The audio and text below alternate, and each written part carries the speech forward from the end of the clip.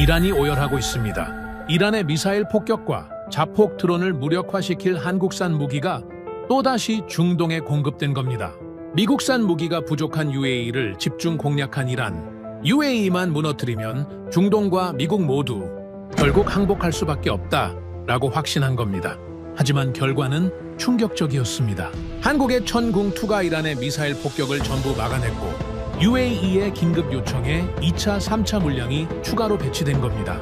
K방산의 압도적인 생산력에 전 세계 전문가들은 경악했고 이란 혁명 수비대는 전의를 완전히 상실해버렸습니다. 도대체 무슨 일이 벌어진 걸까요?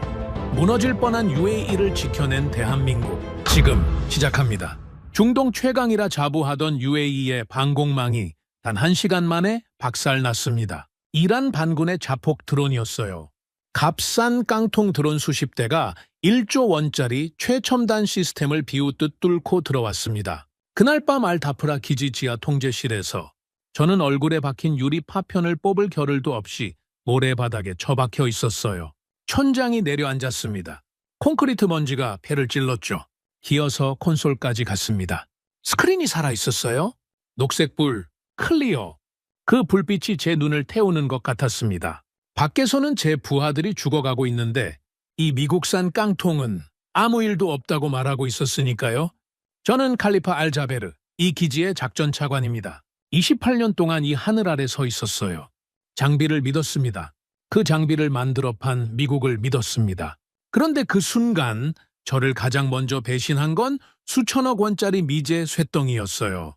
네 번째 폭발이 통제실 바닥을 들어 올렸습니다. 몸이 옆으로 나뒹굴었어요. 철모가 벗겨지며 바닥에 부딪히는 쇳소리가 귓속을 쨍하게 갈랐습니다. 일어나야 했습니다. 손바닥에 유리 조각이 박혔지만 그걸 느낄 여유가 없었어요. 메인 스크린에 적의 궤적이 떠올랐습니다. 자폭 드론 편대 20대 이상. 기지 외곽을 이미 돌파한 뒤였습니다. 관제석을 둘러봤습니다. 12대의 모니터가 빼곡히 늘어선 이 방은 이틀 전까지만 해도 18도 한곤 항습에 에스프레소 향이 감돌던 곳이었어요. 미국 기술진들이 종이컵을 굴리며 농담을 주고받던 백색의 깨끗한 공간. 지금은 먼지와 연기가 뒤엉켜 3미터 앞도 보이지 않았습니다. 그 속에서 제 부하들이 피를 흘리며 기침을 토해내고 있었어요. 미국인은 한 명도 보이지 않았습니다. 전 구역 수동 요격 전환, 자동 시스템 버려. 목이 찢어지도록 고함을 질렀습니다. 부하들이 흔들리는 다리로 자리에 매달렸어요. 수동 조준 레이더를 끌어올리려는 손가락들이 떨리고 있었습니다. 28년간 미국제 자동 시스템에만 의존해온 대가였어요. 수동 조작 훈련은 연례평가에서도 늘 뒷전이었습니다. 미국 기술진이 가슴을 치며 단언했거든요. 이 시스템은 절대 실패하지 않습니다. 세계 최강국이 자국 기술에 거는 그 오만한 자부심을 저는 진심으로 믿었습니다. 의심한 적이 없었어요. 한 번도 오른쪽 보조 스크린이 깜빡였어요. 드론 편대의 이동 궤적이 갱신됐습니다. 남동쪽으로 선회하고 있었어요. 심장이 멎는 것 같았습니다. 남동쪽 5km. 아부다비 국립병원. 중환자실 3층. 산소 호흡기에 연결된 제 7살 딸 아미나가 누워있는 곳이었습니다. 늦둥이였어요. 아내가 45세 겨우 얻은 아이. 세상 무엇과도 바꿀 수 없는 저의 전부였습니다. 아미나의 작은 얼굴이 눈앞에 아른거렸어요. 지난주 병문안 갔을 때 산소 마스크 너머로 웃으며 제 손가락을 꼭 쥐었던 그 작은 손. 이를 악물었습니다. 콘솔 키보드를 두드렸어요. 시스템 강제 재부팅. 화면이 한번 꺼졌다 켜졌습니다. 에러창이 떴어요. 본사 승인 없이 수동 조작 불가. 영어였습니다. 워싱턴에 본사를 둔 미국 방산 기업의 영어. 제 나라 하늘을 지키는 장비인데 최종 권한은 10,000km 밖 미국 본사에 있었어요. 우리 아이들이 죽어가는 이 순간에도 워싱턴의 승인 버튼을 눌러줄 누군가가 사무실에 앉아 있어야만 이 방패가 작동하는 구조였습니다. 주먹으로 콘솔을 내리쳤어요. 한 번, 두 번, 세 번째에 손등 가죽이 터졌습니다. 피가 키보드 위로 뚝뚝 떨어졌어요. 화면은 여전히 같은 문구를 뱉고 있었습니다. 차갑고 단단한 영어 글씨가 저를 비웃는 것 같았어요. 그때 통제실 뒤쪽 방폭문이 벌컥 열렸습니다. 미국 기술진이었어요. 리처드 스털링, 유로 아틀란 디펜스 중동 총괄 부사장. 미국 워싱턴에서 날아와 이 기지에 상주하며 억대 연봉을 받아 챙긴 자였습니다. 양복 위에 방탄복을 껴입고 있었어요. VIP 벙커로 향하는 걸음이라는 건 한눈에 알 수 있었습니다. 뒤따르는 기술자 4명도 마찬가지였어요. 노트북 가방을 짊어지고 고개를 숙인 채 종종 걸음을 치고 있었습니다. 시스템을 복구하려는 움직임은 눈꼽만큼도 없었어요. 스털링, 시스템을 복구시켜! 리처드가 걸음을 멈추지 않았습니다. 고개만 살짝 돌렸어요. 그 눈에는 공포도 미안함도 아무것도 없었습니다. 오직 계산만 있었어요. 이 상황에서 자기 몫의 손익을 따지고 있는 눈이었습니다. 차관, 이건 이란의 미등록 변칙 주파수 공격입니다. 계약서상 면책 조항 해당 사안이에요. 우리 시스템의 결함이 아닙니다. 매뉴얼 한 권을 콘솔 위에 적 던졌습니다. 2000페이지짜리 두꺼운 영문 계약서였어요. 읽어봤자 이해할 수 없는 미국식 법률 영어로 꽉 차 있었습니다. 수천억 원을 내고 무기를 사면서도 정작 그 무기의 생사 여탈권은 우리 손에 없었어요. 처음부터 그랬습니다. 저만 몰랐을 뿐이죠. 5번째 폭발이 천장의 형광등을 박살냈습니다. 유리가루가 눈처럼 흩날렸어요. 그 속에서 리처드의 뒷모습이 방폭문 너머로 사라졌습니다. 우리 병사들의 피가 바닥에 고이는 순간 미국에서 온 자들은 제 눈앞에서 도망치고 있었습니다. 밖이 더 처참했어요. 안테나 철탑 2기가 불타고 있었습니다. 활주로에 드론 파편이 비처럼 쏟아지고 있었어요. 제 부하들이 소화기를 들고 뛰어다녔지만 불길은 잡히지 않았습니다. 누군가의 비명이 철탑 방향에서 들려왔어요. 마지드였습니다. 스물셋, 이 기지의 최연소 레이더 관제병. 제가 빈민가에서 거둬 친아들처럼 키운 아이였어요. 그 아이가 공구통을 쥔 차에 불타는 안테나 철탑을 기어오르고 있었습니다. 냉각 라인을 수동으로 끊어내면 레이더 한 기라도 살릴 수 있다는 판단이었을 겁니다. 미국 기술자들이 해야 할 일이었어요. 억대 연봉을 받는 전문가들이 매뉴얼대로 처리했어야 할 작업을 스물셋. 현지 막내가 맨손에 공구통 하나 들고 뛰쳐나간 겁니다. 마지드, 내려와! 명령이다! 제 고함은 폭발음에 묻혔습니다. 마지드가 철탑 중간쯤에서 냉각 밸브에 손을 뻗었어요. 손가락이 닿기 직전이었습니다. 섬광이 먼저였어요. 그 다음 굉금. 자폭 드론 한 대가 철탑 상단에 직격했습니다. 폭발의 충격파가 마지드의 몸을 허공으로 날렸어요. 저는 그 장면을 똑똑히 봤습니다. 시간이 느려지는 것 같았어요. 제 아이의 2다리가 파편에 찢겨나가는 장면을 저는 한 발짝도 움직이지 못한 채 서서 봐야만 했습니다. 마지드의 몸이 모래바닥에 추락했어요. 뒤이어 철탑 잔해가 쏟아졌습니다. 뛰었습니다. 어떻게 뛰었는지 기억나지 않아요. 무너진 철골 사이로 기어 들어갔습니다. 마지드가 거기 있었어요. 눈은 떠 있었습니다. 입이 벌어져 있었지만 소리는 나오지 않았어요. 허벅지 아래가 없었습니다. 뼈가 보였어요. 피가 모래를 적시며 검게 퍼져나갔습니다. 마지드를 끌어안았습니다. 그 아이의 피가 제 군복을 적셨어요. 뜨거웠습니다. 사람의 피가 이렇게 뜨거운 줄 몰랐어요. 마지드의 입술이 미세하게 떨렸습니다. 무슨 말을 하려는 것 같았어요. 귀를 가져다 댔습니다. 숨소리만 새어나왔어요. 의식이 흐려지고 있었습니다. 하늘을 봤어요. 드론대의 붉은 전멸등이 별처럼 흩어져 남동쪽으로 날아가고 있었습니다. 제 딸이 있는 병원 쪽으로. 소리가 터졌어요. 제 목구멍에서. 말이 아니었습니다. 짐승의 울음이었어요. 28년을 군인으로 살면서 단 한 번도 낸 적 없는 소리였습니다. 우리를 지켜준다던 콧대 높은 미국제 쇳덩이들은 가장 결정적인 순간 우리 아이들의 목숨을 비웃고 있었어요. 제 팔 안에서 마지드의 의식이 쓰러지고 있었습니다. 5km 밖에서 제 딸이 숨쉬고 있었어요. 저는 아무것도 할 수 없었습니다. 돈으로 산 하늘은 진짜 미사일 앞에서 이렇게 허무하게 무너지는 것이었습니다. 뼈저리게 처절하게 한치의 예외도 없이. 날이 밝았습니다. 차라리 밝지 않았으면 좋겠다고 생각했어요. 어둠 속에서는 보이지 않던 것들이 아침 햇살 아래 적나라하게 드러났거든요. 알다프라 기지는 무덤이었습니다. 1조 원이 넘는 시설이 불과 12시간 전까지 중동 최정예 방공, 요새라 불리던 이곳이 쇳덩이와 콘크리트 잔해만 나뒹구는 폐허가 돼 있었어요. 활주로는 드론 파편에 갈려 쟁기로 밭을 판 것처럼 뒤집혀 있었습니다. 레이더 안테나 3기 중 2기는 뿌리째 꺾여 모래 위에 널브러져 있었어요. 남은 한 기도 상단이 까맣게 녹아 있었습니다. 연기가 아직 피어오르고 있었어요. 매캐한 화약 냄새와 탄 쇳가루 냄새가 뒤엉켜 숨을 쉴 때마다 목구멍이 갈렸습니다. 부하들이 처참했어요.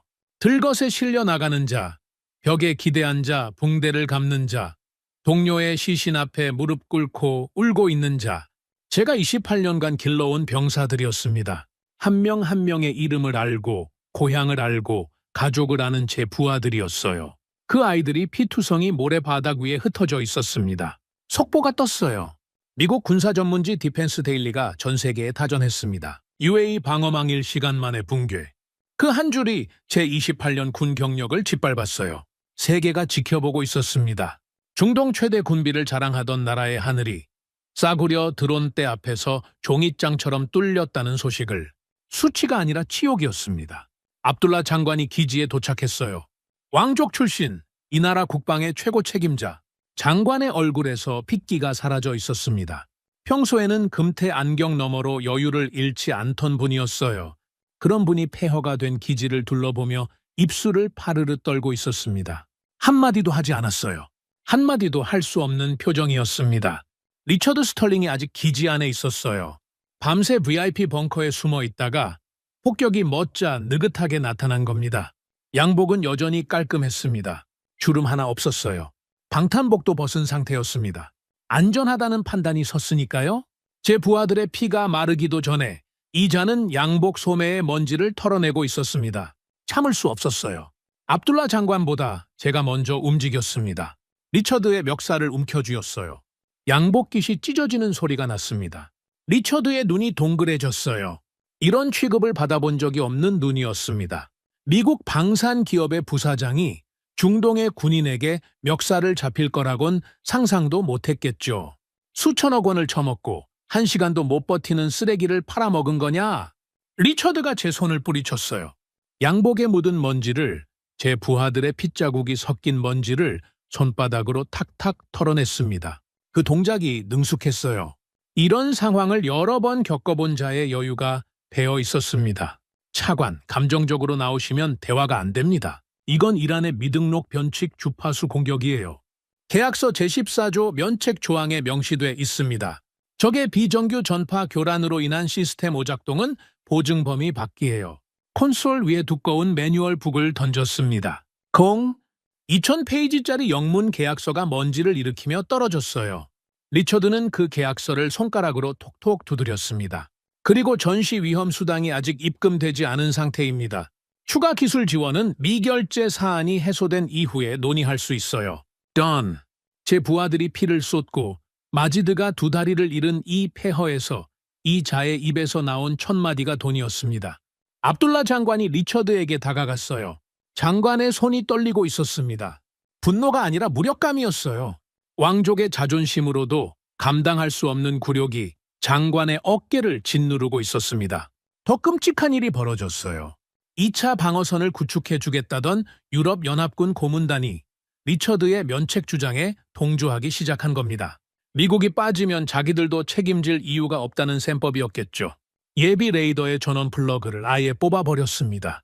눈앞에서, 제 부하들이 지켜보는 앞에서 마지막 남은 방어 수단의 숨통을 제 손으로 끊는 것도 아니고 우방이라 불렀던 자들이 직접 끊어버린 겁니다. 야전 침대가 늘어선 텐트로 갔습니다. 마지드가 거기 있었어요. 밤새 의식이 오락가락했습니다. 찢겨나간 2다리의 절단면에 응급지혈대가 감겨 있었지만 피가 멈추지 않았어요. 붕대가 벌써 검붉게 젖어 있었습니다. 상처가 썩기 시작하고 있었어요. 사막의 50도 열기 속에서 제대로 된 소독 한 번 받지 못한 살이 부풀어 오르고 있었습니다. 현지 의무병 한 명이 다급히 마지드에게 다가갔어요. 구급함을 열려는 찰나 뒤에서 거친 손이 의무병의 어깨를 낚아챘습니다. 리처드였어요. 이 자가 텐트까지 따라온 겁니다. 잠깐, 그 구급함은 자산입니다. 제 귀를 의심했어요. 리처드가 의무병을 밀쳐냈습니다. 구급함 안에 지혈대, 항생제, 소독약을 하나하나 꺼내 자신의 검은 가방에 쑤셔 넣었어요. 마지드에게 쓸 약이었습니다. 2다리를 잃고 썩어가는 23 청년에게 쓸 약을 이자는 자산이라며 빼앗고 있었어요. 미국 본사 자산 보호 규정에 따른 조치입니다. 현지인 의료 지원은 계약 범위에 포함되지 않아요. 마지드가 신음했어요. 의식이 돌아온 건지 고통 때문인지 알 수 없었습니다.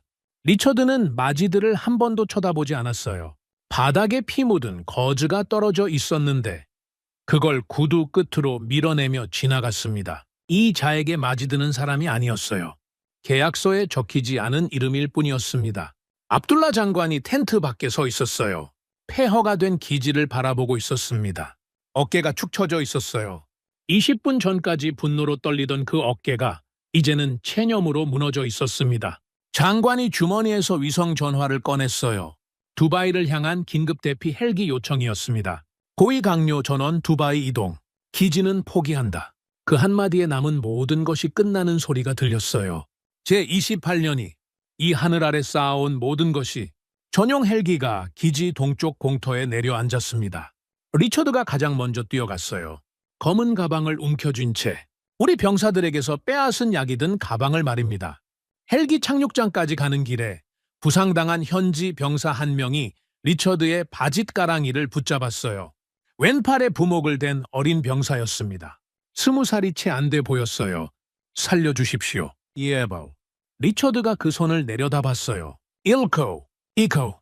그리고 군화 끝으로 병사의 손을 걷어찼습니다. 병사가 모래바닥에 나뒹굴었어요. 리처드는 뒤도 돌아보지 않았습니다. 헬기 문에 올라타며 양복 소매를 한 번 더 털었어요. 피와 먼지를 털어내는 동작이 습관처럼 자연스러웠습니다. 헬기가 떠올랐어요.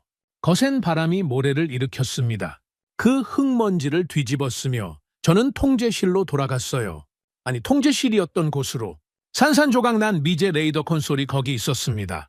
녹색 불빛은 더 이상 켜져 있지 않았어요. 완전히 꺼져 있었습니다. 죽은 기계였어요. 주먹을 올렸습니다. 내리쳤어요. 한 번, 콘솔 표면이 갈라졌습니다. 두 번, 플라스틱 파편이 튀었어요. 세 번, 네 번, 다섯 번. 주먹 가죽이 벗겨지고 피가 번졌습니다. 주먹뼈가 부러지는 것 같았지만 멈출 수 없었어요. 이 소웻덩이가 미웠습니다. 이 쇳덩이를 판 자들이 미웠습니다. 이 소웻덩이를 믿었던 제가 가장 미웠어요. 돈으로 산 가짜 우정은 첫 번째 미사일이 떨어지자마자 사막의 신기루처럼 증발해버렸습니다. 미국이 남긴 건 먹통이 된 기계와 두꺼운 면책 계약서뿐이었어요. 제 부하들의 피와 마지드의 두 다리와 이 나라의 자존심은 어디에도 적혀있지 않았습니다. 계약서 2000페이지 어디에도. 피 묻은 주먹을 내려놓았어요. 군복 주머니에 손을 넣었습니다. 지갑이 잡혔어요. 거기 명함 한 장이 있었습니다. 꼬깃꼬깃 접힌 낡은 명함. 2년 전 아부다비 방산 전시회에서 눈길 한 번 주지 않고 스쳐 지나가며 받아 구겨 넣었던 것이었어요. 끄집어냈습니다. 피가 묻어 글씨가 번져 있었지만 읽을 수는 있었어요. 엘넥스원, 강대진, 유도무기체계 수석 책임연구원, 한국이었습니다. 명함을 꺼내든 손이 떨렸습니다. 피가 번져 글씨 절반이 뭉개져 있었어요. 그래도 전화번호는 읽을 수 있었습니다. 엘넥스원, 강대진, 유도무기체계 수석 책임연구원. 2년 전 아부다비 방산 전시회에서 받은 명함이었어요. 받았다는 표현도 과분합니다. 한국 부스 앞을 지나가는데 투박한 인상의 남자가 두 손으로 공손히 내밀었어요. 저는 눈길도 주지 않았습니다. 미국 로키드 마틴 부스로 가는 길이었거든요. 왜 한국 명함 따위를 지갑에 넣었는지 기억도 나지 않아요. 아마 버리기 귀찮았던 거겠죠. 그 명함이 지금 제 손에 있었습니다. 피에 젖은 채로 위성 전화를 눌렀어요. 손가락이 번호를 찍을 때마다 미끄러졌습니다. 마른 피 때문이었어요. 세 번째 시도에 신호음이 잡혔습니다. 한국과의 시차가 5시간. 그쪽은 새벽이었을 겁니다. 신호음이 4번 울렸어요. 끊어지면 어쩌나 가슴이 쪼그라들었습니다. 5번째 신호음 끝에 수화기 너머로 거친 숨소리가 들렸어요. 여보세요. 한국어였습니다. 잠에서 막 깬 듯 쉰 목소리였어요. 저는 영어로 말해야 했습니다. 입이 떨어지지 않았어요. 28년 군 경력의 준장이 수화기를 붙잡고 아무 말도 못하고 있었습니다. 자존심 때문이 아니었어요. 목구멍에 걸린 건 울음이었습니다. 강수석. 저는 UAE 방공사령부 칼리파 알자베르입니다. 숨을 삼켰어요. 체면이라는 걸 버려야 했습니다. 이 나라의 준장이 2년 전 명함 한 장 던져주듯 받아 구겨 넣었던 상대에게 매달려야 했어요. 하늘이 뚫렸으니까요. 제 힘으로 막을 수 없었으니까요. 체면이고 뭐고 없습니다. 우리 방공망이 무너졌어요. 미국 시스템이 전부 먹통입니다. 이란 드론이 또 올 겁니다. 제발 제발 우리 아이들을 살려주십시오. 목소리가 갈라졌어요. 끝에 가서는 울먹임이 섞였습니다. 준장의 채통 같은 건 이미 모래바닥에 버렸어요. 수화기 너머에서 2초쯤 침묵이 흘렀습니다. 2초가 20분처럼 길었어요. 강대진이라는 사람의 숨소리가 달라지는 게 느껴졌습니다. 잠에서 덜 깬 느릿한 호흡이 짧고 단단한 호흡으로 바뀌었어요. 알겠습니다. 기다리십시오. 네 마디였어요. 장황한 설명도 조건도 계약서 얘기도 없었습니다. 네 마디를 듣는 순간 무릎에 힘이 빠졌어요. 수화기를 쥔 채 콘솔에 이마를 박았습니다. 이 사람이 정말 올 수 있을까? 미국도 포기한 이 지옥에 이름도 잘 모르는 한국인이 올 수 있을까? 반신반의가 아니라 구할집이라도 잡아야 하는 심정이었습니다. 1000km 밖 한국에서 제가 모르는 일이 벌어지고 있었어요. 나중에 들은 얘기입니다. 강수석이 전화를 끊자마자 경상북도 구미의 엘넥스원 공장에 비상이 걸렸어요. 토요일 새벽이었습니다. 공장은 비어 있었어요. 강수석이 본사 CEO에게 직통 전화를 걸었습니다. UAE 상황을 보고받은 CEO가 내린 명령은 단 한 줄이었어요. 전 라인 스톱, 주말 반납하고 천궁부터 찍어내. 수출 규정이고 서류 절차고 전부 무시한 특명이었습니다. 새벽잠을 자던 엔지니어들이 불려 나왔어요. 가족과 주말을 보내던 기술자들이 공장으로 뛰어왔습니다. 생산 라인이 돌기 시작했어요. 쇳가루와 용접 불꽃이 밤낮 없이 터졌습니다. 세계 방위산업계가 비웃었어요. 천궁포대를 실전 배치 수준으로 납품하려면 최소 6개월이 걸린다는 게 상식이었거든요. 미국 록히드 마틴의 패트리어트도 유럽의 어떤 시스템도 이 기한을 깨본 적이 없었습니다. 물리적으로 불가능하다고 했어요. 매뉴얼에 그렇게 쓰여 있으니까요. 한국은 매뉴얼대로 하지 않았습니다. 48시간 만에 해냈어요. 3월 26일 오후 매캐한 화약 연기가 아직 가시지 않은 아부다비 군사공항에 거대한 수송기 한 대가 내려왔습니다. 활주로가 반쯤 부서져 있었어요. 착륙 자체가 도박이었습니다. K수송기가 거친 마찰음을 내며 갈라진 활주로 위를 미끄러졌어요.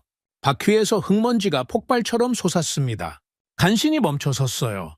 화물칸 문이 열렸습니다. 천궁 2포대가 모습을 드러냈어요. 모래색 위장 도색이 칠해진 거대한 발사대와 다기능 레이더. 그걸 보는 순간 제 눈이 뜨거워졌습니다. 올 줄 몰랐어요. 진짜로 올 줄은. 아부다비에서 이틀 동안 울리던 전화는 수백 통이었지만 실제로 무언가를 싣고 날아온 건 이 비행기 한 대뿐이었습니다. 수송기 트랩에서 사람이 내려왔어요. 기대했던 건 아닙니다만 그래도 한 개 소대쯤은 내릴 줄 알았어요. 대규모 기술 지원단이라거나 최소한 수십 명의 정비 인력이라거나 기지 전체가 박살났으니까요. 인원이 필요했습니다. 장비만큼이나 사람이 절실했어요. 5명이었습니다. 단 5명. 트랩을 걸어 내려오는 인원을 세고 또 셌어요. 5이 맞았습니다. 기름때 묻은 작업복에 낡은 공구 배낭을 맨 중년 남자가 선두에 섰어요. 뒤로 4명이 따랐습니다. 전투복이 아니었어요. 양복은 더더욱 아니었습니다. 공장에서 막 뛰어나온 듯한 차림이었어요.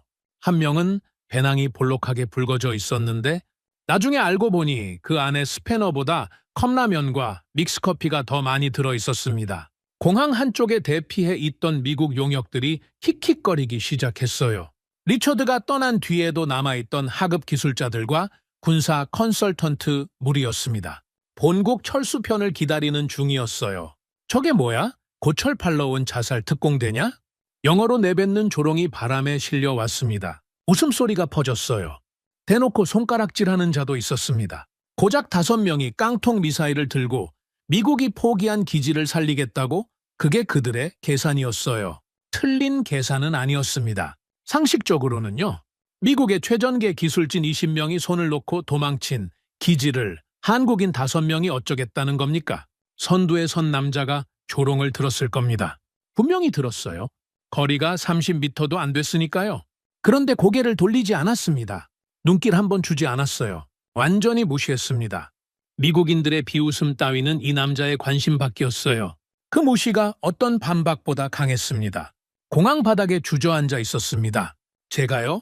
이 나라 방공의 책임자인 준장이 무너진 공항 바닥에 주저앉아 있었어요. 다리에 힘이 없었습니다. 이틀을 제대로 자지 못했고 먹지도 못했어요. 군복에 마지드의 피가 마르지 않은 채 굳어 있었습니다. 꼴이 말이 아니었어요. 그 남자가 제 앞에 멈춰 섰습니다. 기름때 묻은 작업복에서 쇳가루 냄새가 났어요. 손이 내려왔습니다. 투박하고 갈라진 큰 손이었어요. 30년간 쇳가루를 만져온 손이라는 게 한눈에 보였습니다. 그 손이 제 피 묻은 손을 덥석 잡았어요. 힘이 있었습니다.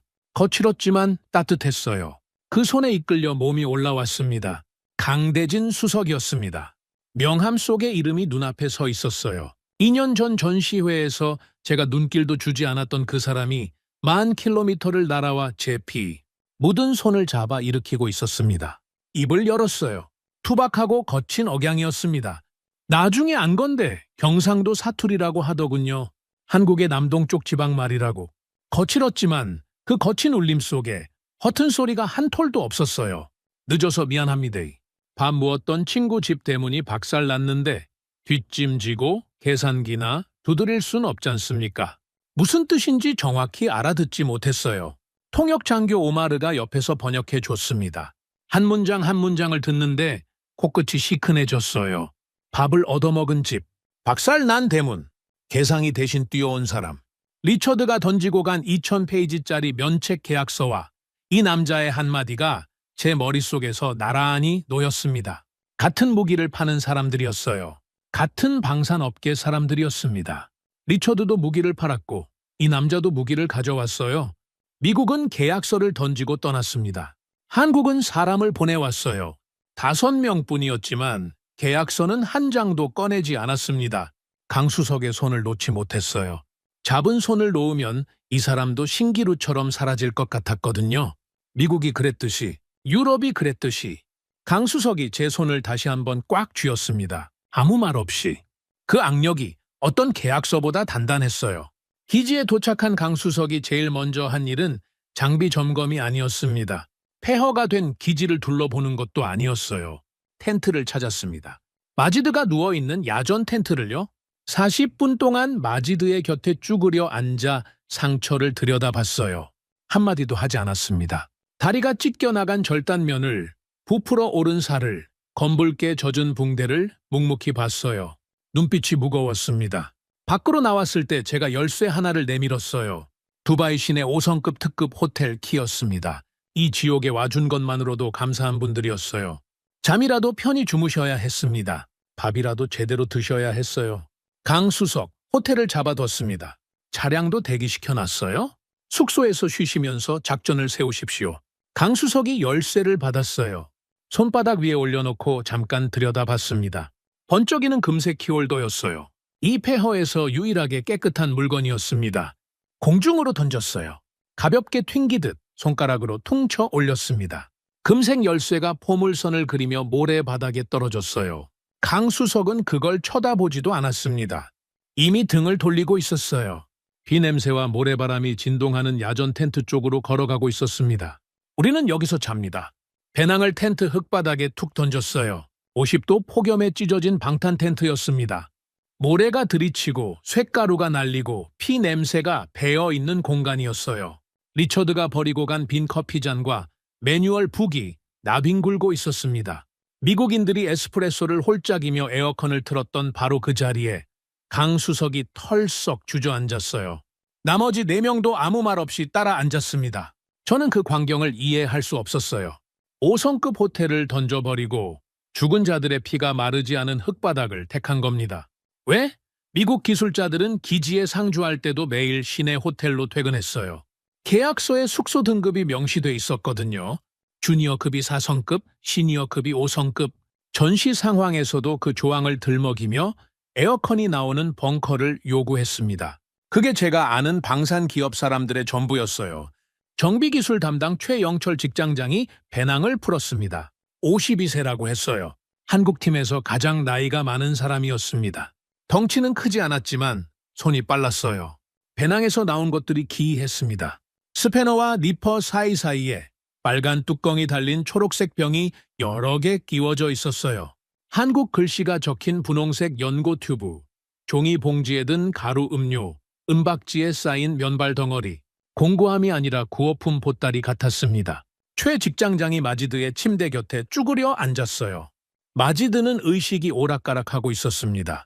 상처에서 고름 냄새가 났어요. 리처드가 구급약을 빼앗아 간 뒤 제대로 된 소독을 한 번도 받지 못한 채 이틀이 지난 거였습니다. 현지 의무병이 물과 천 쪼가리로 겨우 닦아주는 게 전부였어요. 최 직장장이 빨간 뚜껑 병을 열었습니다. 투명한 액체가 흘러나왔어요. 알코올 냄새가 코를 찔렀습니다. 한국 소주라는 것을 나중에 알았어요. 술이었습니다. 최 직장장은 그 술을 깨끗한 거즈에 적셔 마지드의 썩어가는 상처 위에 조심스럽게 눌렀어요. 마지드가 비명을 질렀습니다. 알코올이 살을 태우는 고통이었을 겁니다. 최 직장장이 마지드의 이마를 손바닥으로 꾹 눌러 고정시켰어요. 거칠었지만 정확했습니다. 다른 손으로는 상처 구석구석을 소독해 나갔어요. 한 번도 주저하지 않았습니다. 고름을 짜내고 죽은 살을 걷어내고 분홍색 연고를 두텁게 발랐어요. 마데카솔이라는 한국 연고였습니다. 리처드가 자산이라며 빼앗아간 수백만 원짜리 미제 구급 키트 대신 한국 아저씨의 배낭에서 나온 소주와 연고가 마지드의 살을 살리고 있었어요. 최첨단 의료 장비가 아니었습니다. 투박하고 원시적이었어요. 소주로 소독하는 걸 의학 교과서 어디에서도 권장하지 않을 겁니다. 아무도 오지 않았으니까요. 약을 가져다 줄 사람이 없었으니까요. 있는 것으로 해야 했어요. 최 직장장은 있는 것으로 했습니다. 소독이 끝나자 최 직장장이 배낭에서 은박지 봉지를 꺼냈어요. 반합 뚜껑에 물을 붓고 고체 연료에 불을 붙였습니다. 면발과 빨간 분말 수프를 넣었어요. 3분 뒤 얼큰한 냄새가 텐트 안에 퍼졌습니다. 한국의 라면이었어요. 마지드에게 반합 뚜껑을 건넸습니다. 최 직장장이 마지드의 상체를 일으켜 등 뒤에 배낭을 괴어줬어요. 마지드가 국물을 한 모금 마셨습니다. 반합 뚜껑을 든 손이 떨리고 있었어요. 2모금, 3모금, 마지드의 눈에서 물이 흘렀습니다. 소리 없이. 얼굴 전체가 젖었어요. 이틀 전 미국이 빼앗아 간 건 구급약만이 아니었습니다. 살려달라는 손을 군화로 걷어찬 건 약품 상자뿐이 아니었어요. 사람의 존엄이었습니다. 마지드를 바닥에 내팽개치고 떠난 그 순간 이 아이에게 남은 건 부러진 다리와 증오뿐이었어요. 미국에 대한 증오, 돈만 밝히는 강대국들에 대한 증오, 자신을 사람 취급하지 않는 세상에 대한 증오. 그런데 지금 이름도 모르는 한국 아저씨가 끓여준 라면 국물이 마지드의 목구멍을 타고 내려가고 있었습니다. 뜨거웠어요. 그 뜨거움이 위장만 든 게 아니었습니다. 통역장교 오마르가 제 옆에서 작은 목소리로 말했어요. 차관님, 저 이방인들은 우리를 난민이 아니라 형제로 대우합니다. 오마르는 한국에서 유학한 장교였어요. KAIST라는 한국 공대를 나왔다고 했습니다. 한국어를 할 줄 알았어요. 오마르의 눈도 젖어 있었습니다. 해가 졌어요. 밤이 왔습니다. 강수석이 본격적으로 작업에 들어갔어요. 미국제 레이더가 먹통이 된 원인을 찾아야 했습니다. 에러로그를 산더미처럼 뽑아 텐트 바닥에 깔았어요. 수백 장이었습니다. 한 장 한 장 넘기며 눈을 가늘게 떴어요. 1시간, 2시간, 3시간. 답이 나오지 않았습니다. 철모를 집어 던졌어요. 텐트 기둥에 맞아 쨍그랑 소리를 냈습니다. 강수석이 머리를 쥐어뜯었어요.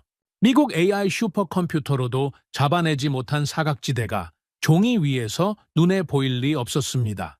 모든 에러 코드가 같은 결론을 가리키고 있었어요. 시스템 이상 없음. 이상이 없다니.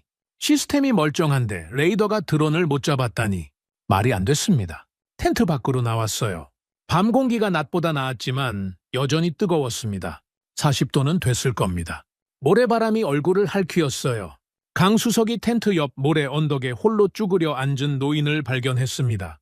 살라흐였어요. 66세 베두인 출신 퇴역 원사. 사막 정찰대에서 40년을 굴렀다고 했습니다. 그를 모르는 노인이었어요. 레이더 화면은커녕 컴퓨터 자판도 만져본 적 없는 사람이었습니다. 젊은 장교들이 뒷방 늙은이 취급을 했어요. 폭격이 터진 밤에도 이 노인에게 임무를 준 사람은 아무도 없었습니다. 강수석이 다가갔어요. 주머니에서 뭔가를 꺼냈습니다.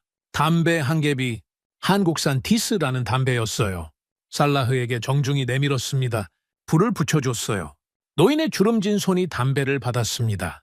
두 사람이 나란히 모래 위에 앉아 연기를 내뿜었어요. 말이 통하지 않았습니다. 통역도 없었어요. 그냥 앉아 있었습니다. 살라흐가 먼저 모래바닥에 손가락을 댔어요. 선을 긋기 시작했습니다. 구불구불한 곡선이었어요. 강수석이 그 손가락 끝을 지켜봤습니다. 살라흐가 곡선 끝에 소용돌이를 그렸어요. 바람의 궤적이었습니다. 사막의 바람길을 모래 위에 그리고 있었어요. 오마르를 급히 불렀습니다. 통역이 시작됐어요.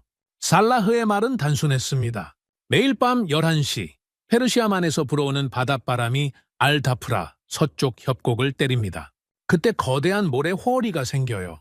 그 회오리가 전파를 삼킵니다. 레이더가 눈이 먼다는 뜻이었어요. 수백억 원짜리 미국 AI 슈퍼컴퓨터가 분석하지 못한 사각지대를 글도 모르는 노인이 모래바닥, 그림 한 장으로 뚫어버렸습니다. 강수석의 무릎이 올라왔어요. 손바닥으로 허벅지를 쳤습니다. 태그! 벌떡 일어났어요. 방향을 틀었습니다.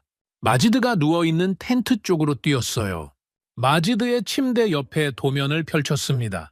살라흐가 모래 위에 그린 바람 궤적을 종이에 옮긴 거였어요. 마지드가 눈을 떴습니다. 강수석이 마지드를 내려다봤어요. 이 남자의 눈에 뭔가가 있었습니다. 동정이 아니었어요. 연민도 아니었습니다. 인정이었어요. 동등한 기술자를 보는 눈이었습니다. 네가 여기서 제일 똑똑하다며? 이 아날로그 데이터, 천궁에 코딩해. 오마르가 통역했어요. 마지드의 눈이 달라졌습니다. 이틀간 꺼져 있던 눈이었어요. 증오와 무력감으로 짓눌려 있던 눈이었습니다. 강수석은 마지드에게 명령한 게 아니었어요. 일을 맡긴 겁니다. 현지 노동자에게 심부름을 시킨 게 아니라 동료 기술자에게 핵심 임무를 넘긴 겁니다. 마지드가 붕대 감긴 손으로 노트북을 끌어당겼어요. 자판을 두드리기 시작했습니다. 느리지 않았어요. 미친 듯이 빨랐습니다. 두 다리가 없었지만 손가락은 살아있었어요. 살라흐의 아날로그 바람 데이터가 디지털 좌표로 바뀌어 화면 위를 달렸습니다. 마지드의 눈에 불이 붙어 있었어요. 거만한 엘리트들의 매뉴얼이 실패한 이 사막에서 노병의 주름진 손가락과 한국, 아재의 투박한 도면이 기적의 암호를 풀어내고 있었습니다. 마지드의 코딩이 끝난 건 3월 27일 해가 뉘엿뉘엿 넘어갈 무렵이었습니다.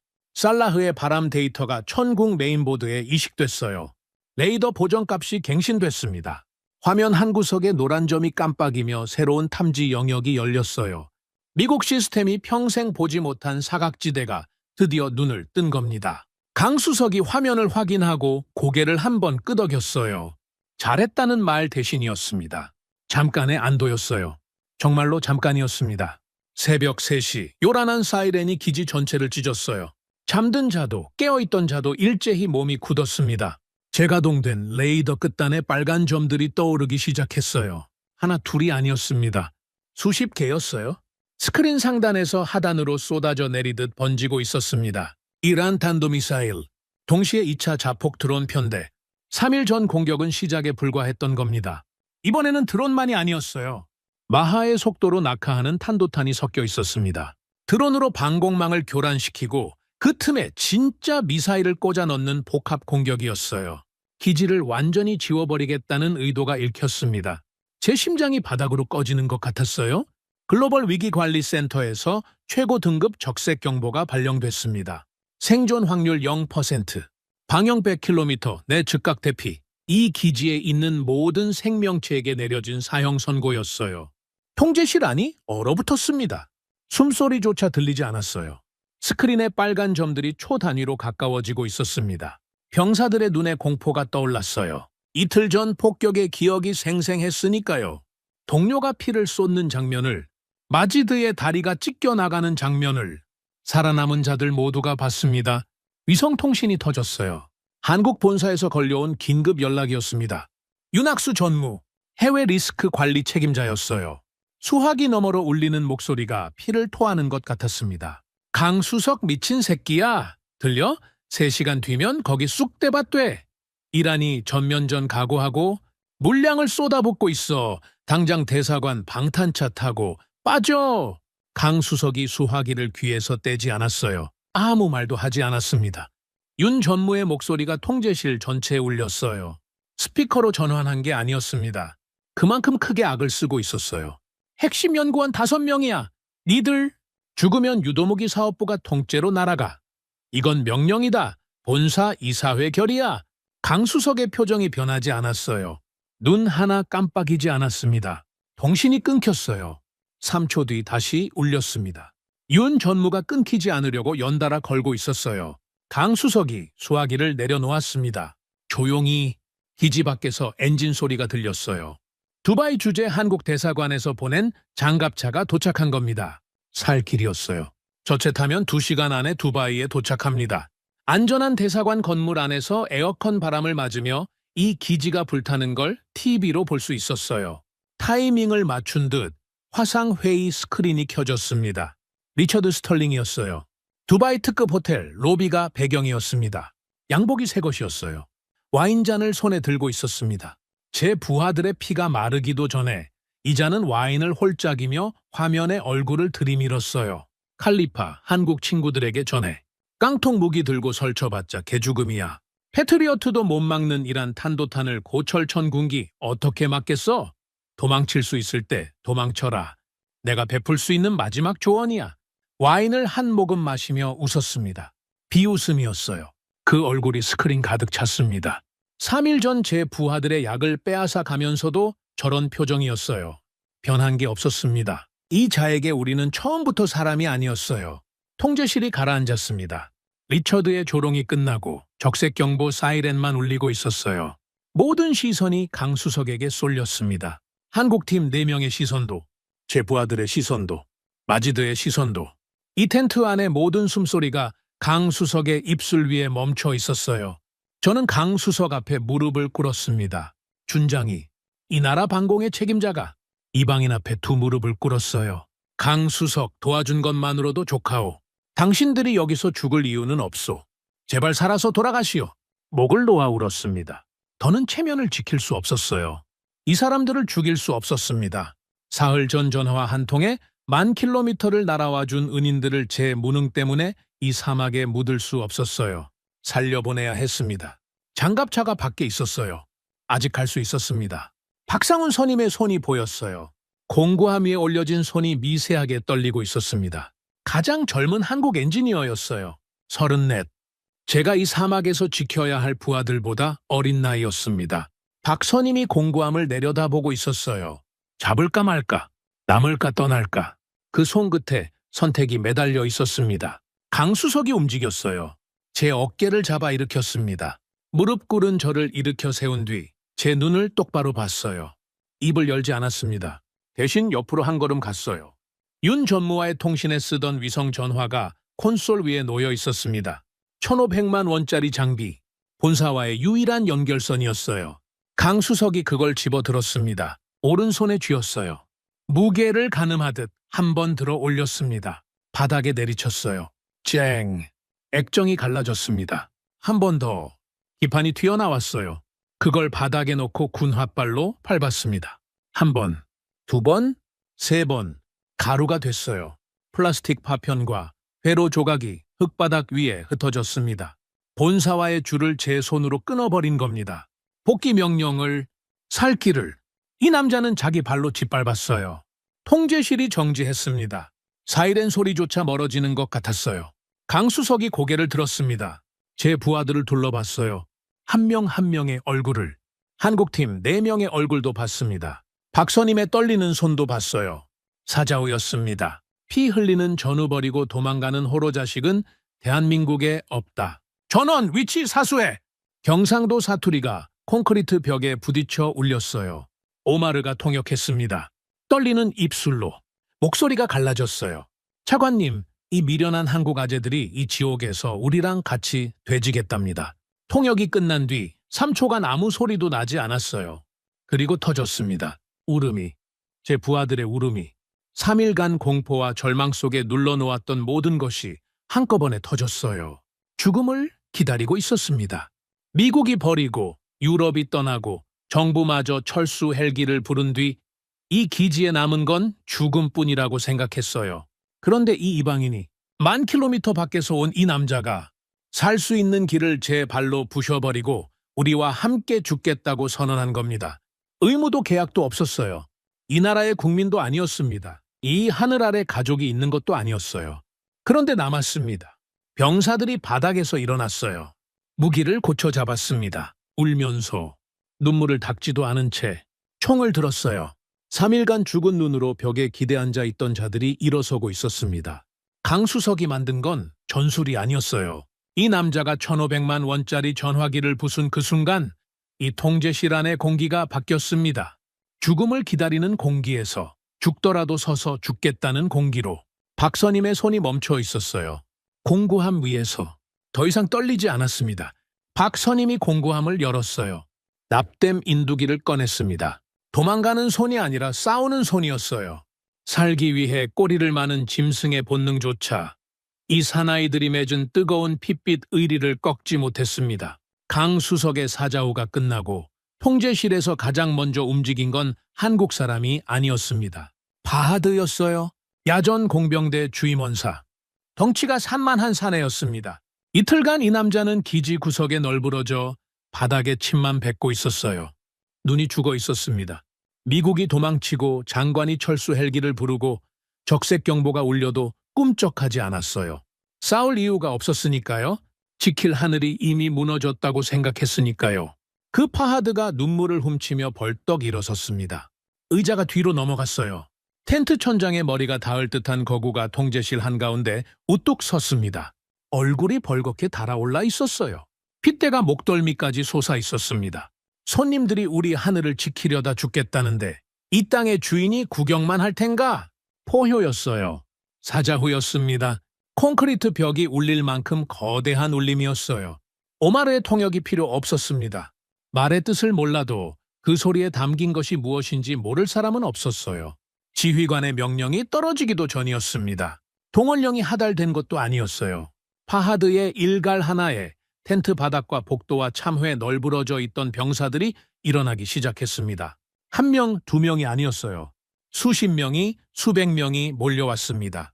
붕대를 감은 자도 있었어요. 왼팔에 부목을 댄 자도 있었습니다. 3일 전 폭격에서 살아남은 폐잔병들이었어요. 눈이 달라져 있었습니다. 이틀 전에 죽은 눈이 아니었어요. 불이 붙어 있었습니다. 천궁2 발사대는 수십 톤짜리 괴물이었습니다. 수송기에서 내린 뒤 기지 안까지 끌어와야 했어요. 정상적이라면 대형 크레인과 견인 차량이 필요한 작업이었습니다. 크레인은 폭격에 박살났어요. 견인 차량도 불에 탔습니다. 장비가 없었어요. 맨몸으로 했습니다. 밧줄을 걸었어요. 수백 명의 병사가 밧줄을 쥐었습니다. 모래바닥에 발을 받고 이를 악물었어요. 누군가 구령을 외쳤습니다. 알아 보였어요. 하나, 둘, 셋. 밧줄이 팽팽해졌습니다.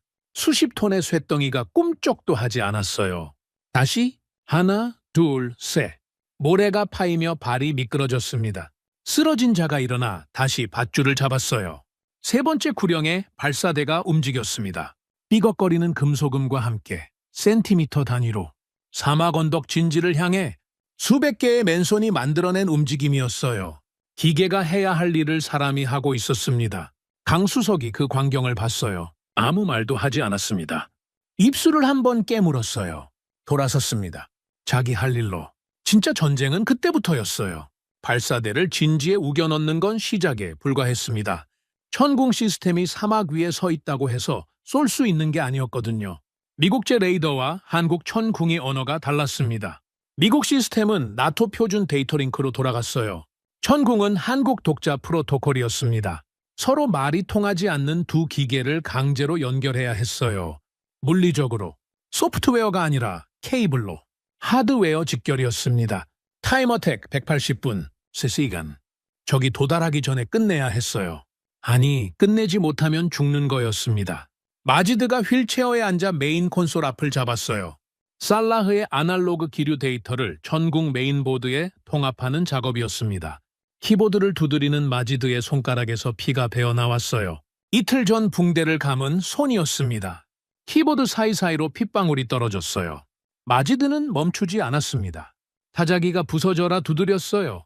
미국 AI가 긋지 못한 경계선을 23, 청년의 피 묻은 손가락이 한 줄 한 줄 수동으로 덮어쓰고 있었습니다. 강수석과 박상훈 선임이 텐트 밖으로 나갔어요. 물리적 연동 작업은 밖에서 해야 했습니다. 레이더 기판과 천궁 발사대 사이를 수십 가닥의 데이터 케이블로 잇는 작업이었어요. 50도 폭염이었습니다. 낮보다는 나았지만 밤에도 40도 아래로 내려가지 않았어요. 모래바람이 간헐적으로 불어왔습니다. 얼굴을 핥히고 눈에 모래를 쑤셔 넣고 숨을 막았어요. 정밀 자동 용접기를 꺼냈습니다. 이 작업의 핵심 장비였어요. 머리카락보다 가는 케이블 선을 하나하나 접합하려면 사람 손으로는 한계가 있었거든요. 자동 용접기의 레이저 포인트가 정확히 접점을 찾아내고 마이크로 단위로 납을 녹여 붙이는 장비였습니다. 모래바람이 들이닥쳤어요. 갑작스러웠습니다. 페르시아만 쪽에서 몰아친 돌풍이었어요. 모래가 비처럼 쏟아졌습니다. 텐트 지지대가 흔들렸어요. 강수석이 자동 용접기를 감싸 안았습니다. 몸으로 막았어요. 소용없었습니다. 미세한 모래 입자가 용접기의 정밀회로 틈으로 파고들었어요. 연기가 났습니다. 찌직 하는 소리와 함께 용접기 기판에서 불꽃이 튀었어요. 회로가 타는 냄새가 코를 찔렀습니다. 강수석이 전원을 껐어요. 다시 켰습니다. 반응이 없었어요. 한 번 더 죽었습니다. 유일한 정밀 자동 용접기의 회로가 완전히 타버렸어요. 시스템 물리적 연동 작업이 전면 중단됐습니다. 케이블 수십 가닥이 접합되지 않은 채 모래바닥 위에 뱀처럼 늘어져 있었어요. 이걸 잊지 못하면 천궁은 눈먼 쇳덩이에 불과했습니다. 레이더가 적을 봐도 발사대에 신호를 보낼 수 없었어요. 눈은 있는데 팔이 없는 거였습니다. 강수석이 무릎을 꿇었어요. 모래바닥에. 고장난 용접기 앞에 28년간 제가 봐온 어떤 패배의 순간보다 처절한 등이었습니다. 30년간 미사일 쇳가루를 마셔온 엔지니어가 기계에 배신당한 거였어요. 자기가 믿은 도구가 이 사막의 모래에 죽어버린 겁니다. 3초였어요. 강수석이 무릎을 꿇고 있던 시간은 3초 만에 일어났습니다. 그보다 먼저 움직인 사람이 있었어요. 박상훈 선임이었습니다. 34세 가장 젊은 한국 엔지니어. 30분 전까지 공구함 위에서 손이 떨리던 그 청년이었어요. 쌍욕이 먼저 나왔습니다. 한국어였어요. 무슨 뜻인지 알 수 없었지만 그 소리에 담긴 분노는 언어를 넘어서 전해졌습니다. 짧고 사나운 두 음절이었어요. 박 선임이 방열 장갑을 벗었습니다. 오른손, 왼손 둘 다 벗어 모래바닥에 내던졌어요. 수동 인두기를 집어들었습니다. 정의 인두가 아니었어요. 고체 연료로 달구는 구형 인두기였습니다. 최 직장장이 비상용으로 배낭에 넣어온 물건이었어요. 끝이 벌겋게 달아올라 있었습니다. 500도 이상, 맨손으로 잡으면 살이 타는 온도였어요. 박 선임이 그걸 맨손으로 쥐었습니다. 인두 손잡이 부분은 반결 처리가 돼 있었지만 끝으로 갈수록 열이 전도됐어요. 장갑 없이 잡으면 30초 안에 손바닥에 화상이 옵니다. 박 선임은 그걸 알고 있었을 겁니다. 엔지니어니까요. 열전 도율을 계산할 수 있는 사람이었어요. 그런데 장갑을 벗었습니다. 정밀 작업의 방열 장갑은 손가락 감각을 죽이거든요. 머리카락 굵기의 케이블을 맨손 감각으로 잡아야 했어요. 장갑을 끼면 선이 미끄러졌습니다. 맨손이어야 했어요. 첫 번째 케이블을 접합했어요. 납이 녹는 냄새가 났습니다. 동시에 다른 냄새도 났어요. 살타는 냄새, 노린자에 같은 역한 냄새가 모래바람에 섞여 퍼졌습니다. 박선임의 손바닥이 타고 있었어요. 인두의 열이 손잡이를 타고 올라와 살가죽을 지지고 있었습니다. 멈추지 않았어요. 두 번째, 세 번째, 네 번째. 케이블 한 가닥을 접합할 때마다 박선임의 손에서 물집이 잡혔다 터졌어요. 투명한 진물이 흘렀습니다. 진물 위로 다시 납을 녹였어요. 피가 섞였습니다. 납땜 연기와 피냄새와 살타는 냄새가 뒤엉켰어요. 강수석이 방독면을 가져왔습니다. 박선임의 얼굴에 씌워줬어요. 납 연기를 마시면 폐가 망가지니까요. 하지만 손은 막아줄 수 없었습니다. 장갑을 끼면 작업이 안 됐으니까요. 1시간이 지났어요. 2시간. 박선임의 손은 더 이상 사람의 손 같지 않았습니다. 물집과 화상과 굳은 피가 뒤엉켜 장갑처럼 부풀어 있었어요. 그 손이 멈추지 않고 케이블을 잡고 인두를 갖다 대고 납을 녹였습니다. 한 가닥, 또 한 가닥, 수십 가닥의 데이터 케이블이 하나씩 접합돼 갔어요. 텐트 안에서 마지드의 키보드 소리가 멈추지 않았습니다. 밖에서 박선임의 인두질이 멈추지 않았어요. 기지 곳곳에서 병사들의 구령이 멈추지 않았습니다. 모두가 같은 시계를 보고 있었어요. 적이 오기 전에, 해가 뜨기 전에 끝내야 했습니다. 벙커 안에서 이 모든 과정을 CCTV로 지켜보는 사람이 있었어요. 압둘라 국방장관이었습니다. 두바이행 철수 헬기가 기지 동쪽 공터에 대기하고 있었어요. 언제든 탈 수 있었습니다. 장관은 스크린을 보고 있었어요. 이방인들이 피 흘리며 납땜하는 장면을, 자국 병사들이 맨몸으로 발사대를 끄는 장면을, 두 다리 없는 마지드가 피 묻은 키보드를 두드리는 장면을, 권총을 뽑았어요. 벙커 문을 박차고 나갔습니다. 밖에 대기 중이던 철수 헬기를 향해 걸어갔어요. 조종사가 문을 열었습니다. 장관이 타려는 줄 알았겠죠. 총구를 헬기에 겨눴어요. 꺼져! 이 기지에 철수는 없다. 헬기가 떠올랐습니다. 장관이 부른 헬기를 장관이 쫓아낸 거였어요. 모래먼지가 가라앉은 뒤 압둘라 장관이 기지를 향해 걸어왔습니다. 왕족의 구두가 모래에 파묻히고 있었어요. 상관없다는 걸음이었습니다. 아침 해가 떠올랐어요. 3월 28일, 수평선 너머로 붉은 빛이 번졌습니다. 모래 언덕 위 진지에서 천궁의 거대한 다기능 레이더가 기동음을 울렸어요. 낮게, 묵직하게. 사막의 새벽 공기를 가르는 금속성 울림이었습니다. 레이더 표면에 붉은 지시등이 하나씩 켜졌어요. 하나, 둘, 셋. 12개의 붉은 불빛이 일제히 빛났습니다. 100% 현지화 융합, 완료. 수백억짜리 매뉴얼이 처참하게 실패한 그 모래바닥 위에 피. 묻은 맨손과 뜨거운 전우회가 빚어낸 방패가 서 있었습니다. 3월 28일 새벽, 동이 트기 직전이었습니다. 수평선 너머에서 붉은 기운이 번지기 시작했어요. 사막의 새벽은 고요합니다. 바람도 멈추고 모래도 쉬고 세상이 숨을 참는 시간이에요. 그 고요 속에서 저는 레이더 스크린을 보고 있었습니다. 바닷바람이 불기 시작했어요. 페르시아만 쪽에서 살라흐가 말했던 그 바람이었습니다. 밤 11시에 시작돼 새벽까지 이어지는 해풍.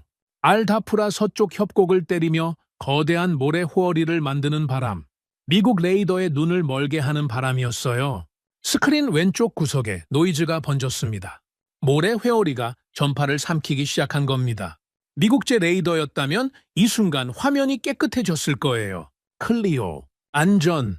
3일 전 그랬듯이 적이 코앞에 와 있는데 녹색 불을 띄우고 태평하게 앉아 있었겠죠. 전궁은 달랐습니다. 마지드가 입력한 살라흐의 기류 데이터가 레이더 보정값을 실시간으로 잡아주고 있었어요. 모래 회오리의 궤적을 따라 탐지 주파수가 자동으로 우회했습니다. 눈이 멀지 않았어요. 오히려 더 선명해졌습니다. 그리고 보였어요. 스크린 북동쪽 끝에서 빨간 점들이 떠올랐습니다. 처음에 3시였어요. 2초 뒤 7, 3초 뒤 15. 점들이 기하급수적으로 불어났습니다. 새까맣게. 모래 회오리에 정확히 그 궤적을 타고 스텔스 모드로 침투하고 있었어요. 살라흐가 모래바닥에 짚어준 바로 그 길이었습니다. 적은 이 사각지대를 알고 있었어요. 3일 전에도 이 길로 들어왔던 겁니다. 미국 레이더가 보지 못하는 길을 천궁이 보고 있었습니다. 적 편대 포착, 저공 드론 40대 이상, 후방의 탄도미사일 추정 궤적 다수. 마지드의 목소리였어요. 휠체어에 앉은 채 콘솔 앞을 지키고 있었습니다. 목소리가 떨리지 않았어요. 3일 전 2다리를 잃었을 때와는 다른 사람이었습니다. 스크린에 박힌 눈이 날카로웠어요. 제가 알고 있던 것보다 규모가 컸습니다. 저공 드론은 미끼였어요. 진짜는 뒤에 있었습니다. 구름 위에서 마하의 속도로 낙하하는 탄도미사일. 드론으로 방공망을 분산시키고 그 사이 진짜 주먹을 꽂아 넣는 전형적인 복합 공격이었어요. 3일 전과 같은 수법이었지만 이번엔 물량이 비교가 안 됐습니다. 지하 벙커에서 위성 생중계를 보는 자들이 있었어요. 팔란티어 AI 디렉터 존 밀러, 미국에서 날아온 군사기술 분석관이었습니다. 옆에는 사우디 국방 특사 칼리드 빈 살만이 앉아 있었어요. 두 사람 모두 이 기지에 발을 들이지 않았습니다. 안전한 지하 벙커에서 스크린만 들여다보고 있었어요. 존 밀러가 시계 불을 붙이며 중얼거렸다는 걸 나중에 전해 들었습니다. 한국 깡통이 버텨봤자 5분이야. 1차 드론대가 기지 상공에 도달했습니다. 저공으로 모래먼지를 뒤집었으며 지면을 할 듯 날아왔어요. 3일 전 이 드론들이 안테나를 부수고 마지드의 다리를 찢었습니다. 같은 놈들이었어요. 값싼 깡통 자폭 드론, 대당 3천만 원도 안 하는 소모품이었습니다. 이 소모품이 1조 원짜리 미국 시스템을 박살냈었죠. 한국 비호복합이 먼저 움직였어요. 천궁포대 전방에 배치된 근접 방어 체계였습니다. 쌍열 기관포의 포신이 돌아갔어요. 조준이 잡혔습니다. 마우스, 하늘이 찢어졌어요. 기관포 화염이 밤하늘을 가르며 드론대를 향해 쏟아졌습니다. 비호의 포신에서 뿜어져 나온 예광탄이 붉은 줄기를 그으며 사막 상공을 갈랐어요. 드론이 터졌습니다. 한 대, 두 대, 연쇄적으로 하늘에서 불꽃이 피고 파편이 모래 위로 비처럼 흩어졌어요. 시간을 벌었습니다. 드론은 미끼였으니까요. 진짜 적은 아직 구름 위에 있었어요. 스크린이 빨갛게 물들었습니다. 최상단에서 고속낙하 궤적이 포착됐어요. 탄도미사일, 성층권을 뚫고 마하의 속도로 떨어지고 있었습니다. 한 발이 아니었어요. 여러 발이었습니다. 궤적이 모두 같은 방향을 가리키고 있었어요. 남동쪽 병원이었습니다. 아미나가 있는 국립병원, 산소호흡기에 매달린 제 7살 딸이 자고 있는 곳이었어요. 적은 기지만 노린 게 아니었습니다. 민간 시설까지 겨냥하고 있었어요. 기지를 부수고 병원을 부수고 이 도시를 통째로 지워버리겠다는 겁니다. 다리에 힘이 빠졌습니다. 3일 전에 공포가 되살아났어요. 스크린의 녹색 불빛 아래서 아무것도 할 수 없었던 그 밤이, 마지드의 다리가 날아가는 걸 서서 봐야만 했던 그 순간이, 아미나를 향해 날아가는 드론을 막지 못했던 그 무력감이 온몸에 피가 차갑게 가라앉았어요. 마지드를 봤습니다. 휠체어에 앉아 스크린을 응시하고 있었어요. 이 아이도 궤적을 보고 있었습니다. 병원 방향이라는 걸 알고 있었어요. 마지드의 턱이 굳어 있었습니다. 이를 악물고 있었어요. 공포가 아니었습니다. 각오였어요. 저는 마지드를 향해 고개를 끄덕였습니다. 말이 필요 없었어요. 이 아이가 해야 할 일이었습니다. 이 하늘의 주인이 직접 해야 할 일. 강수석이 조용히 한 발짝 뒤로 물러났어요. 콘솔에서 손을 뗐습니다. 발사 버튼 앞에 자리를 비워준 겁니다. 10,000km를 날아와 이 시스템을 살려낸 사람이 마지막 순간에 자리를 내줬어요. 쏘는 건 우리 몫이었습니다. 한국이 만들어준 방패를 이 하늘 아래 사는 우리가 직접 들어야 했어요. 마지드가 휠체어를 밀었습니다. 발사 콘솔 앞에 섰어요. 아니, 앉았어요. 두 다리가 없었으니까요. 피 묻은 붕대가 휠체어 밖으로 늘어져 있었습니다. 오른손이 발사 버튼 위에 올라갔어요. 그 손도 피 묻은 붕대에 감겨 있었습니다. 키보드를 두드리며 터진 물집의 피가 아직 마르지 않았어요. 탄도미사일이 구름을 뚫고 낙하하고 있었습니다. 마하의 속도, 충돌까지 남은 시간이 초 단위로 줄어들고 있었어요. 스크린의 숫자가 깎여 나갔습니다. 20초, 15초, 10초. 마지드의 손이 내려왔어요. 버튼을 박살 낼 듯이 내리쳤습니다. 기지 전체가 흔들렸어요. 굉음이 아니라 진동이었습니다. 뼛속까지 울리는 저주파 같은 떨림이었어요. 천궁 2 발사대에서 요격 미사일이 솟구쳤습니다. 32발, 일제 발사. 거대한 화염이 발사대 뒤로 폭포처럼 쏟아졌어요. 사막의 모래가 수십 미터 높이로 들어 올려졌습니다. 32줄기의 하얀 연기가 밤하늘을 찢으며 수직 상승했어요. 통제실 스크린에서 천궁의 유도탄이 적의 탄도미사일에 접근하는 궤적이 실시간으로 떠올랐습니다. 간격이 좁혀졌어요. 2km, 1km, 500m. 회피 기동이 없었습니다. 오차가 없었어요. 미국 팔란티어 AI의 연산 속도가 3초 단위로 궤적을 재계산하는 동안 천궁의 하드웨어 반응 속도는 0.3초 만에 유도 경로를 확정해 버렸습니다. AI가 생각하는 사이에 한국 미사일은 이미 날아가고 있었어요. 첫 번째 요격이 터졌습니다. 상공에서 거대한 섬광이 번졌어요. 탄도미사일이 공중에서 산산조각 났습니다. 파편이 불꽃이 되어 사막 위로 흩뿌려졌어요. 두 번째, 세 번째, 연쇄적으로 하늘이 터졌습니다. 아부다비 상공이 거대한 불꽃놀이처럼 빛났어요. 적의 미사일이 한 발도 땅에 닿지 못한 채 하늘에서 소멸하고 있었습니다. 100%, 단 한 발의 누락도 없었어요. 드론도 탄도, 남동쪽으로 향하던 그 궤적도 전부 하늘에서 사라졌습니다. 아미나가 있는 병원 위로 떨어질 뻔했던 죽음이 한국이 만든 불꽃이 되어 공중에서 흩어졌어요. 지하 벙커에서 존 밀러의 시가가 바닥에 떨어졌습니다. 입이 벌어진 채 다치지 않았어요. 스크린을 보고 있었습니다. 자기 눈을 의심하고 있었어요. 오 마이 갓. 한국 하드웨어의 반응 속도가 우리 온톨로지 AI의 연산을 앞질렀습니다. 칼리드 빈 살만 특사가 의자에서 벌떡 일어났어요. 피우던 시가를 바닥에 짓밟았습니다. 얼굴이 벌겋게 달아올라 있었어요. 당장 사우디 패트리어트 다 치우고 전부 한국산으로 계약해. 두바이 특급 호텔에서 화면을 보고 있던 자가 있었습니다. 리처드 스털링. 샴페인 잔을 들고 한국팀의 개죽음을 구경하려던 자였어요. 깡통이 5분 못 버틸 거라 장담했던 자. 잔이 손에서 미끄러졌습니다. 쨍그랑 유리가 바닥에 부서지는 소리를 본인이 들었는지 모르겠어요. 넋이 나가 있었으니까요. 30초 뒤 전화가 울렸습니다. 본사에서 온 파면 통보였어요. 통제실 안이 터졌습니다. 함성이었어요. 울음이었어요. 구분할 수 없었습니다. 피투성이가 된 현지 병사들이 한국 엔지니어들을 끌어안았어요. 강수석의 기름때 묻은 작업복에 병사들의 눈물이 번졌습니다. 박선임의 불에 탄 손을 누군가 잡았어요. 조심스럽게 이마에 갖다 대며 울었습니다. 최 직장장이 마지드의 휠체어 뒤에 서 있었어요. 묵묵히 마지드의 등을 버티고 있었습니다. 처음부터 끝까지 우리 아이들을 노리던 사막의 끔찍한 핏빛 불꽃은 대한민국과 이 땅의 사람들이 함께 쏘아 올린 기적의 불꽃놀이로 변해 있었습니다. 저는 스크린을 봤어요. 깨끗했습니다. 빨간 점이 하나도 없었어요. 사흘 만에 처음 보는 화면이었습니다. 진짜 클리어. 진짜 안전. 돈으로 산 게 아닌 피로 지켜낸 하늘이었습니다. 아침이 왔습니다. 진짜 아침이었어요. 3일간 이 기지의 아침은 잿빛이었습니다. 연기와 먼지와 피냄새가 뒤엉킨 새벽이었어요. 오늘은 달랐습니다. 맑았어요. 사막의 하늘이 원래 이렇게 넓었다는 걸 3일 만에 처음 느꼈습니다. 압둘라 장관이 기지에 들어왔어요. 어젯밤 철수 헬기를 총구로 쫓아낸 뒤 벙커에서 밤을 사운 모양이었습니다. 왕족의 구두에 모래가 잔뜩 묻어 있었어요. 바짓단이 찢어져 있었습니다. 양복 소매가 기름때에 검게 물들어 있었어요. 이틀 전 금태에 안경 너머로 여유를 잃지 않던 그 얼굴이 아니었습니다. 뜬 눈으로 밤을 사온 사람의 충혈된 눈이었어요. 그런데 눈빛이 살아 있었습니다.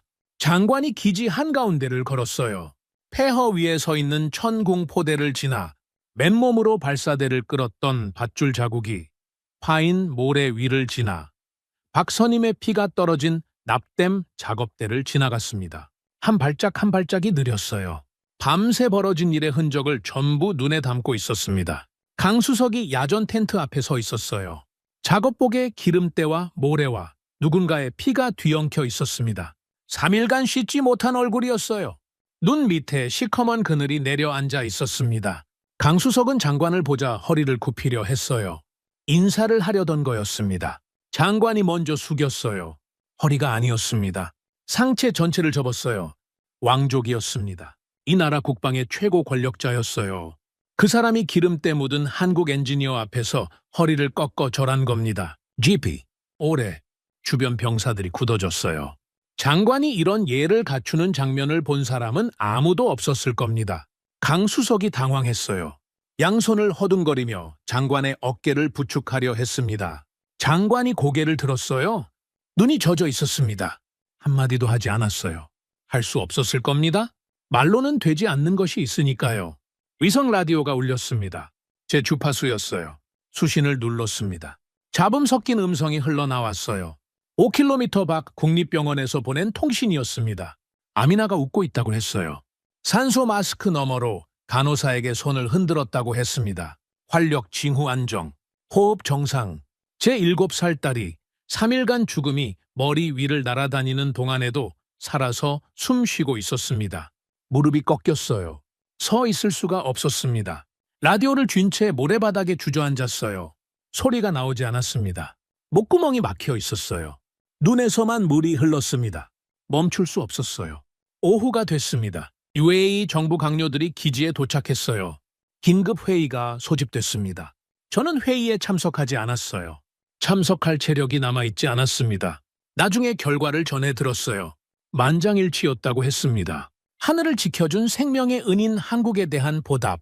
그 방식이 미국식이 아니었어요. 차가운 달러 송금이 아니었습니다. 계약서에 숫자를 적어 넣는 거래가 아니었어요. 원유였습니다. 최고 품질 2,400만 배럴. 우리가 가진 것 중 가장 귀한 것을 보내기로 한 겁니다. 유조선에 꽉꽉 채워서 한국을 향해 즉시 최우선 출항. 사막의 나라가 은인에게 보내는 중동 특유의 보답이었어요. 장부에 적히는 거래가 아니라 피로 맺은 형제에게 바치는 선물이었습니다. 결의는 거기서 끝나지 않았어요. 단순히 무기만 사고 끝내는 관계가 아니라 현지 병사들이 스스로 천궁을 운용하고 정비할 수 있는 합동훈련센터를 건립하기로 했습니다. 사막 한가운데에 미국이 매뉴얼만 던져주고 떠났던 방식과 정반대였어요. 한국은 기술을 팔고 떠나는 게 아니라 기술을 심고 가르치겠다는 거였습니다. 스스로 하늘을 지킬 수 있도록 마지드가 센터 제1대 정식 교관으로 임명됐어요. 23, 두 다리를 잃은 청년이 휠체어에 앉은 채 천궁의 반가쇠를 당겨 이 하늘을 지켜낸 그 아이가 후배들 앞에 교관으로 서게 된 겁니다. 마지드의 손에 최 직장장의 낡은 구급함이 들려 있었어요. 소주로 상처를 소독하고 마데카소를 발라주고 반합 뚜껑에 라면을 끓여주었던 그 구급함. 최 직장장이 마지드에게 건넨 거였습니다. 마지막 선물이었어요. 해가 기울기 시작했습니다. 강수석과 4명의 한국 엔지니어들이 짐을 쌌어요. 아니, 짐이랄 것도 없었습니다. 사흘 전 들고 온 낡은 배낭이 전부였어요. 기지사령부에서 환송식을 준비했다는 연락이 왔습니다. 강수석이 거절했어요. 안 합니다. 그게 전부였어요. 설명도 이유도 없었습니다. 요란한 환송은 이 사람들에게 어울리지 않았어요. 3일간 이 사막에서 그들이 한 일은 연설이나 훈장으로 포장할 수 있는 종류의 것이 아니었습니다. 5명이 공항 활주로를 걸었어요. 3일 전 처음 내렸을 때와 똑같은 모습이었습니다. 기름때 묻은 작업복에 낡은 배낭, 대규모 환송 대열도 없었고 군악대도 없었어요. 갈라진 활주로 위를 묵묵히 걸었습니다. 박선임의 양손에 붕대가 감겨 있었어요. 피가 아직 배어나오고 있었습니다. 그 손으로 배낭 끈을 잡고 걷고 있었어요. 저는 뛰었습니다. 아미나의 손을 잡고 뛰었어요. 병원에서 데려왔습니다.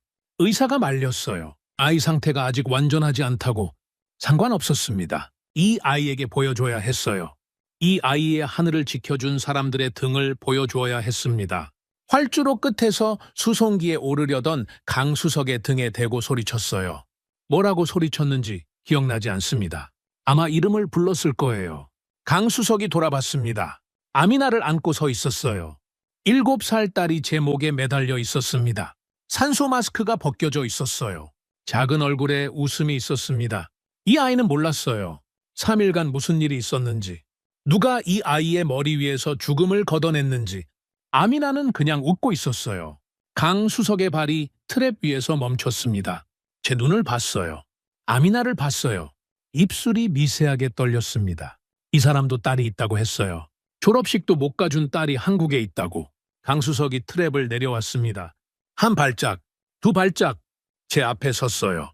안았습니다. 제가 먼저였는지 강수석이 먼저였는지 모르겠어요. 거칠고 뜨거운 포옹이었습니다. 등짝을 때렸어요. 강수석도 제 등을 때렸습니다. 부서져라. 소리가 났어요. 말은 없었습니다. 숨소리만 거칠었어요. 두 사내의 숨소리가 메마른 사막의 바람에 섞여 흩어졌습니다. 눈시울이 붉게 물들었어요. 둘 다. 아미나가 작은 손을 뻗어 강수석의 뺨을 만졌습니다. 기름때가 묻어 있었어요. 아미나가 깔깔 웃었습니다. 강수석의 눈에서 물이 떨어졌어요. 투박한 경상도 사나이가 이방인의 딸 앞에서 눈물을 흘렸습니다. 강수석이 등을 돌렸어요. 트랩을 올라갔습니다. 뒤를 돌아보지 않았어요. 4명이 따라 올라갔습니다. 수송기 문이 닫혔어요. 엔진이 울렸습니다. 거친 진동과 함께 수송기가 활주로를 달려 하늘로 떠올랐어요. 수송기의 은빛 동체가 사막의 햇살에 반짝이며 작아져 갔습니다. 저는 아미나를 아는 채 그 점이 사라질 때까지 서 있었어요. 바람이 불었습니다. 뜨겁고 건조한 사막의 바람이었어요. 그 바람이 이상하게 따뜻했습니다. 이 하늘의 굳건한 방패는 한국이 팔고 간 물건이 아닙니다. 그들과 우리가 뜨거운 피로 함께 주조해낸 영원한 자립의 맹세입니다. 3일간 이 사막에서 벌어진 일을 저는 평생 잊지 못할 겁니다. 미국이 두꺼운 계약서를 던지고 떠난 그 자리에 한국은 사람을 보내왔어요. 5명. 계약서 한 장 없이 그 5명이 이 나라의 하늘을 살렸습니다. 제 딸의 숨을 지켰습니다. 제가 포기한 것을 포기하지 않았어요. 활주로에 밧줄 자국이 남아 있었습니다. 수백 명의 병사가 맨몸으로 발사대를 끌었던 자국이요. 그 옆에 핏자국이 있었어요. 박선임의 손에서 떨어진 피. 모래가 덮기 전에 오래 남아있으면 좋겠다고 생각했습니다. 이 모래가, 이 바람이, 이 하늘이 기억해 줬으면 좋겠다고. 아미나가 제 목에 매달린 채 잠들었어요. 가벼웠습니다. 이 아이의 무게가, 이 아이의 숨소리가 살아있다는 것이 세상에서 가장 가벼웠고 세상에서 가장 무거웠습니다. 오늘 이야기 어떠셨나요? 다음 영상에서 더욱 감동적인 우리 한민족의 이야기로 찾아뵙겠습니다. 여러분 시청해 주셔서 감사합니다. 행복한 하루 되시길 바랍니다.